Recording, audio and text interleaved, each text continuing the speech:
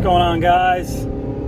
It is September 27th, 2023, and on a long trip this morning going back to Middletown, Delaware. I was there a few weeks ago, diagnosed a bad condenser motor. You guys might remember it. I went there on the weekend. Was a long trip there, long trip back. I had a long day that day being on call, but so yeah, we're going to go back. We're going to put a condenser motor in. We're going to service his furnace and heat pump, and should make for a pretty decent video. I'm actually doing the mother-in-law's house today too, a PM there. So we'll try to get you guys some shots of all that. So let's get going. But actually, before we do that, I wanted to make you guys aware of something. There is a scammer with my thumbnail picture. His name is Text Me, and it gives some sort of weird number. I'm going to show it to you guys right here. This is the account here. Oops. If you get any messages from this guy, ignore them and report them. Do not text this number. Do not do anything with this account here. I've blocked him from the channel, and I've reported him to YouTube. So this guy is a scammer. He's trying to scam you guys. So please do not respond to this guy whatsoever. If you have responded to him, just block him and just report him. Yeah, so I guess that's part of coming up and trying to do good stuff and give back to you guys and do giveaways and stuff. Yeah, it just sucks people try to do this kind of stuff. He was on the Elitech giveaway, and I think I might have seen a couple on the Testman giveaway also. So whenever I see guys like that, I'm just gonna block them. You know, I might try to do a better job later disguising the giveaways. So I might not put actual giveaway in the video title. I might try to disguise that a little bit better. You know, I'm learning, guys. I'm learning as I'm going. It's all this YouTube journey's new to me, and all I really know how to do is work on air conditioners. So I'm learning how to, you know, edit these videos, and you know what to put in the titles, what not to put in the titles, and stuff like that. So we'll get it together. We'll figure it out as we go. But just wanted to make you guys aware of that. Do not trust that account at all. And do not trust any other account unless it's my name. And always click on you can click on the YouTube profile. If it takes you there and it doesn't take you to my page, or you see all my videos and stuff like that, chances are it's not me. So it's not hard to figure out, but the only thing he had like me was my thumbnail picture. So luckily, I think Pete Texas caught it first, because I don't keep track of everything that goes on, but I do get notified when my emails come through. So he emailed me, asked me about it. I checked it out, seen it was a scam, and went from there. So I appreciate Pete Texas for pointing that out to me. I really appreciate that, keeping us safe out here. So, all right, guys, let's go ahead. Let's get on with today's video.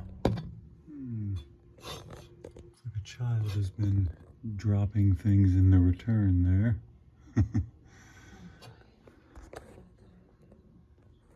Not that dirty. Hit her with this.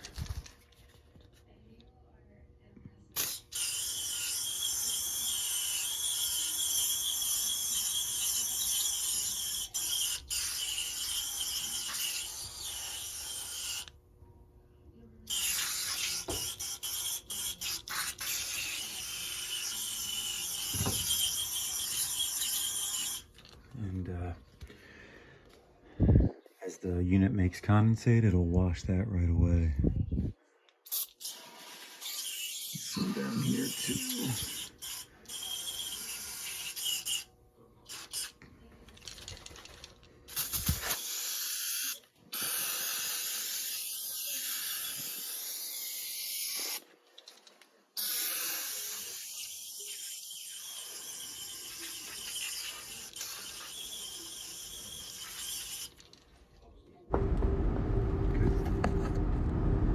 right, next we got the Gallo Gun cannon. Check this thing out. Yeah, it expands to the pipe. Let's just drop that baby down in there. Blow it out. And then we'll just follow it up with some water.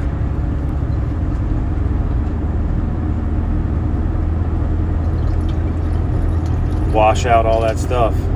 Next, we're going to take the gel tabs by New Calgon, and we're going to put one of them right in the condensate pan.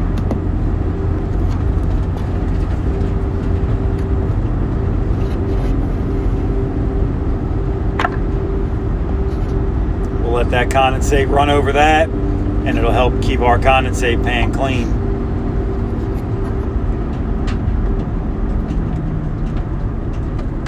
Making sure I got it in the right spot there. All right, clean filter. We're going to move on to our 3 microfarad capacitor,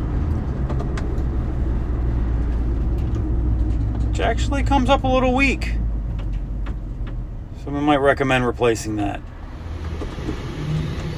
All right, we got her running now. I'm going to check blower amperage. Lower. And now the electric heat amperage. It's pulling 20 amps. Good there. All right, we got a 30 by 5 capacitor here. Looks newer. Oh, she's coming up 30 there. And then 4.8 there, so this capacitor's good. All right, we're just gonna grab our condenser motor amperage,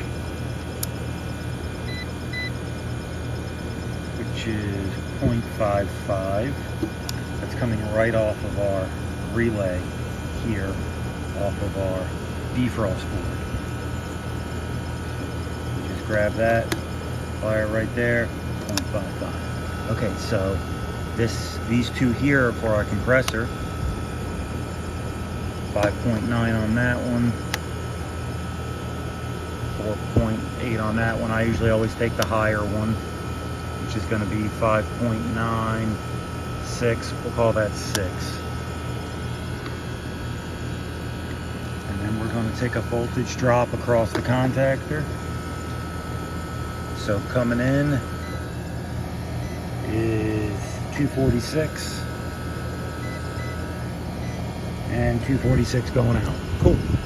All right, guys, did the mother-in-law's house first. Now let's go to the actual customer's house, which is condenser motor replacement and a PM. All right, guys, we're going to be pulling this universal motor out of here today. I'm putting the OEM motor back, which is right there. It's under warranty. That's why I'm changing it. This motor would have been fine, but we're going to pull it out, use it somewhere else possibly, and put the correct motor and capacitor back on. So you might remember this unit. I was out here on the weekend one time. This call is very far away from my house. From our shop, it's about 2 hours, but from my house, it's almost 3 hours. So yeah, so we're going to get that motor pulled out of there, going to get it replaced, and then we're also going to PM this unit, and there's a furnace down in the basement we're going to service today too. So let's get going. All right, guys, we got her all unwired. It's a 4-wire setup here. I'm going to be taking this capacitor back off because I have the actual dual run capacitor that it's going to take. All right, we got all our wiring off, so we can lift this thing up and out of here now. All right, this comes off.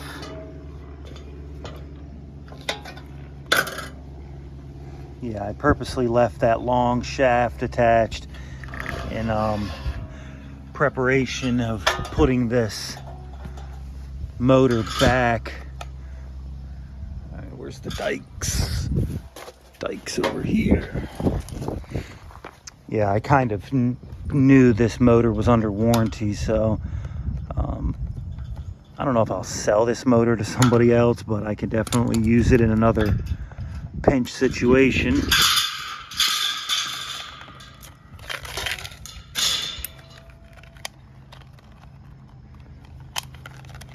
Yeah, because it's been running like this for a while now, honestly. All right, let's get her flipped back over. I can't remember when it was. It's been at least a month All right, those are gonna be 11/32. Let's find that nut driver, which is right here.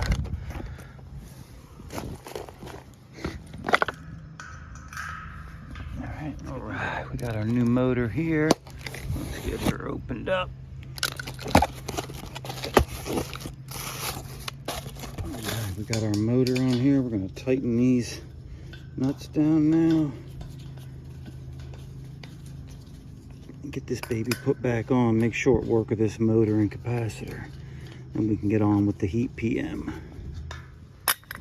All right, blade back on. Let's get our conduit put on.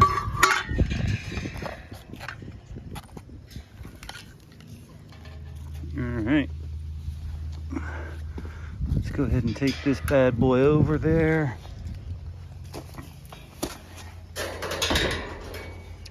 We'll get our wires fed through our hole there, and we can get this thing put back in.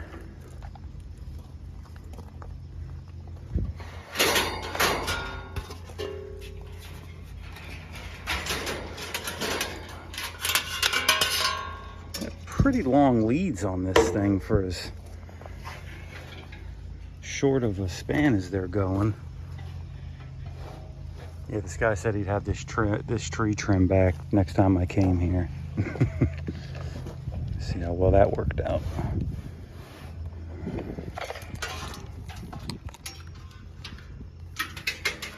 All right, there we go. Got them all fed through. Let's get her put on. Look at this drill.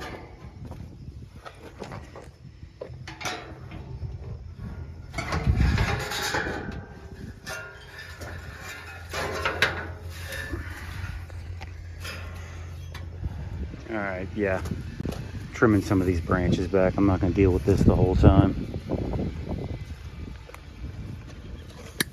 He said he was going to trim it, so he didn't, but I'll trim it myself. You can barely freaking get to the thing.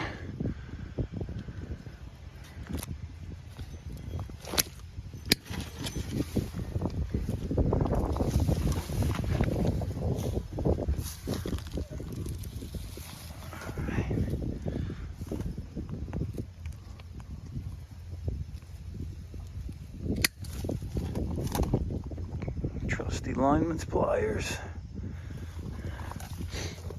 All right, well that makes it a little easier to get in there. All right, yeah, look how long these leads are. Holy crap. They only really needed to be like half this long. Jesus. Look at this. All right, well, this capacitor's coming out. Don't need him anymore.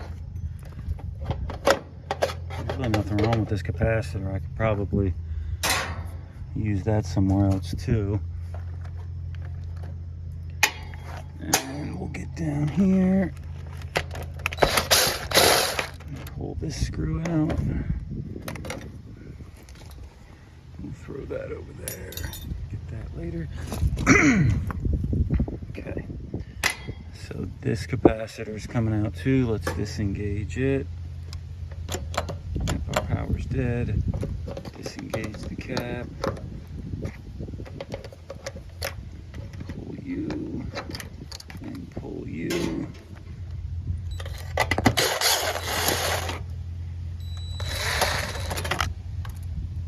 Oops, dropped the screw somewhere. Where'd you go? Here he is.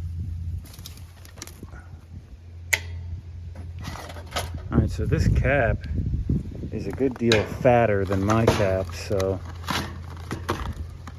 might need a new piece of band iron, or see if I can tighten this band up enough. Well, they gave me the wrong capacitor. They gave me a 40 by 7.5, and I needed a 45 by 7.5, so good thing I had one on my truck. I didn't have one on my truck last time though. I must have read up on it. So yeah, good thing I caught that. So we are putting the right capacitor back. Almost put the wrong one back. All right, we got our new capacitor in. Readings very visible for the next guy. Got it wired up. All right, and so the next thing we just got to do is turn it on and test it. All right, guys, we are off and running. Cool stuff. Well, guys, I was going to use the Clean Connect with the Cal Green in it, but I can't get this homeowner's hose nozzle off, and I can't even get the other end off either to put my hose on there. So we're going to do plan B. So mostly we're just going to rinse this thing out, but then we're going to use the Tri-Power HD because it is ideal for micro-channel coils, and that's exactly what we have here, a micro-channel coil. So we're going to go ahead and rinse this thing out good and proper. You're going to rinse this baby out. This side too.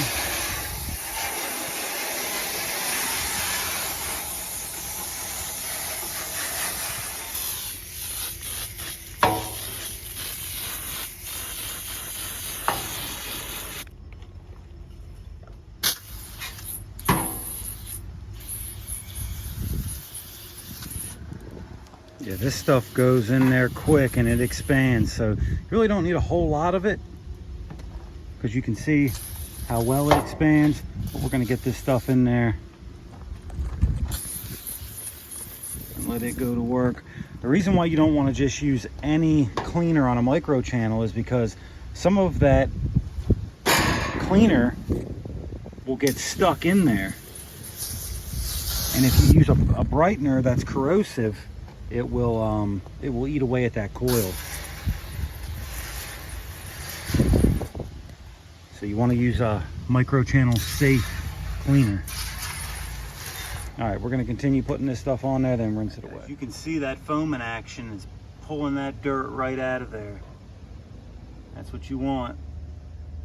See it? Just pulling that dirt right out of there. All right, we're going to let that sit for a few more minutes, and then we're going to rinse it off.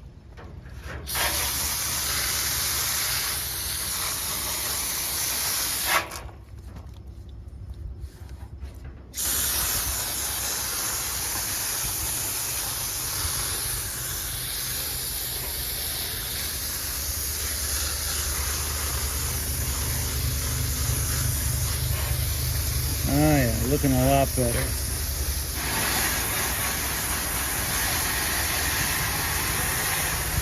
Alright guys, looking good now. Let's put it back together. Alright guys, we have a Train XV95. Up next, we are going to service. It's something weird here. I didn't do this, but we have a Carrier electronic air cleaner here. Let's open this thing up, and it's just got a media filter inside of it. So somebody at one point took the electronic air cleaner out and has rammed a media filter in here. So we brought it to the homeowner's attention last time he was here. He said he doesn't know how that happened, but just put the media filter back in. So that's what we've been doing. All right, so the first thing we want to do here is we want to do a visual inspection. See a lot of rusting right here, like something might be leaking. Possibly the outlet of this inducer motor, possibly leaking, or a seal somewhere leaking. It's dry right now because this furnace is not ran yet this year, but it's a pretty significant leak because it's leaking down here also, or it's rusting down there also. Doesn't look like it's coming from above. I feel like it's coming from this draft inducer. It might be old, it might have been fixed by now, but it is something to note. All right, we're gonna pull this cover off here and take a look. It draws its fresh air right from this room, right from this basement. So see if there's any bugs or anything built up in there. Pretty clean, honestly. Not too bad. But in here we'll have our flame sensor and our hot surface igniter, so we'll pull that out of there and make sure that's clean. You can see here, a little dirty. Take a piece of sandpaper and clean that guy up. All right, so got her good and clean. Let's go ahead and put her back. All right, next we're gonna check our hot surface igniter. Now this is kind of a smaller one, but we're gonna take off of our plug here, and then we're just gonna test. We're gonna put our meter on ohms and we're gonna test this thing. And we really wanna see it, you know, below 60 at least. That's usually up for debate, but you really never want it more than 70. So I don't think I can do this with one hand. Yep, I got one in there. Okay, so we're at 48, so this is a pretty good one. Like I said, anything under 50 is good. Definitely not more than 60. You start getting towards 70, it's time to replace it. And of course, if it's open altogether, then it's bad. That means it has a crack in it. So this one's good. All right, guys, we pulled the burners out. We want to inspect them, make sure they're good and clean, no significant rust. Then we're gonna inspect our heat exchanger. I'm just breathing through this now, but this process does take a while because you want to check each tube there for cracks. Then, yeah, you just reassemble everything. Make sure you put it all back the way it was. All brackets and parts and pieces going back. So just make sure you do all that and then double check yourself. We got our burners put back together. I'm putting my gas piping back together now. Yeah, you just want to make sure you look in each burner. Make sure you don't have any cracks. It's good to have a mirror or a little sea snake camera or something like that to get in there. So I inspected it pretty good. I didn't see any cracks, so I think we're good here. All right, I'm gonna finish putting this gas piping back on and we'll go on to the next step. All right, guys, we have a W1 and a W2 here. However, they are both jumped together.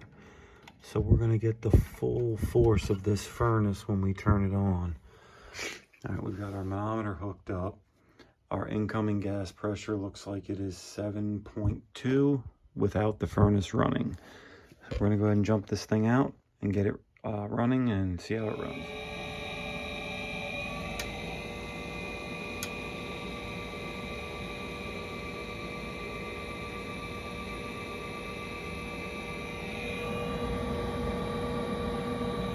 Hot surface igniter's coming on.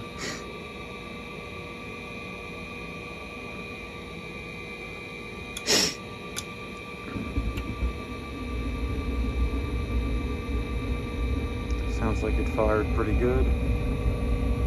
Came on in low fire, it looks like. That is our gas pressure at the moment.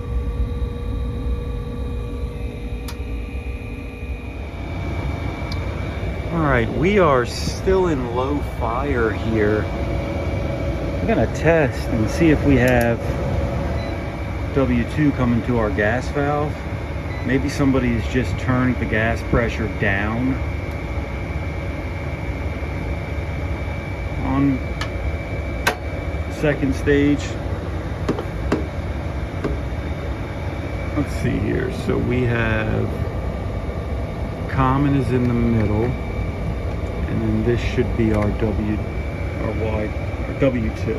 Okay, so we don't have W2, but we do have W1.